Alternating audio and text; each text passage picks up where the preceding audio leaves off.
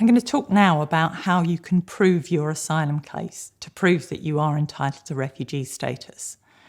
If you're claiming on the basis of your sexual orientation or gender identity, then one of the most difficult things will be proving that your sexual orientation or gender identity is as you claim it. And it's important to remember from the start that it is up to you to prove your case.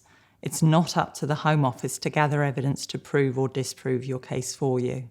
Proving your sexual orientation can be really difficult. It's not something that anyone has to do in normal life. Normally, if someone tells you that they're lesbian, gay or bi, you just believe them.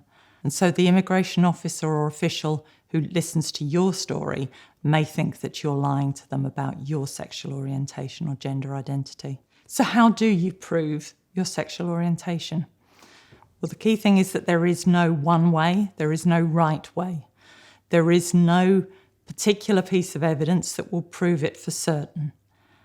All you can do is tell them your story and provide evidence that backs up your life and your experiences.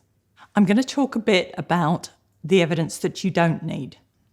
So first of all, there is no minimum or maximum amount of evidence that you have to have. If there is nothing that you've got that proves any aspect of your case other than your own story, that's okay. You can still win your case if that's the situation that you face. The other thing that I want to make clear is that you shouldn't listen to rumours about what other people may tell you you have to have as part of your case if you're going to win. You may hear rumours that tell you that you cannot win your asylum case if you've never had a partner or a lover of the same sex as you.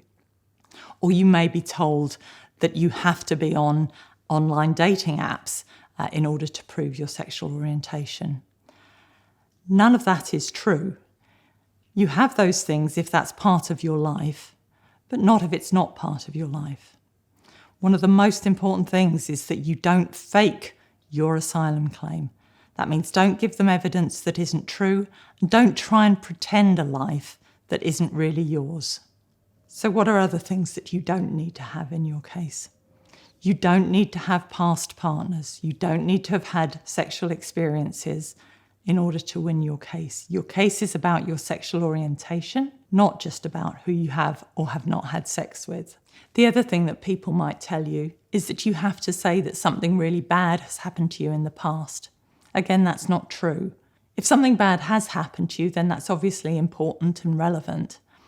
But asylum is about what will happen to you in the future.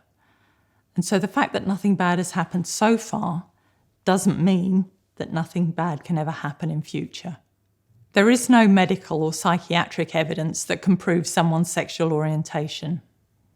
Now, that doesn't mean that medical or psychiatric evidence can't be used in an asylum claim if it's relevant in your case. So if you've had medical or psychiatric treatment, that may be important in your case. But don't go looking for it to prove your case if that's not already happened.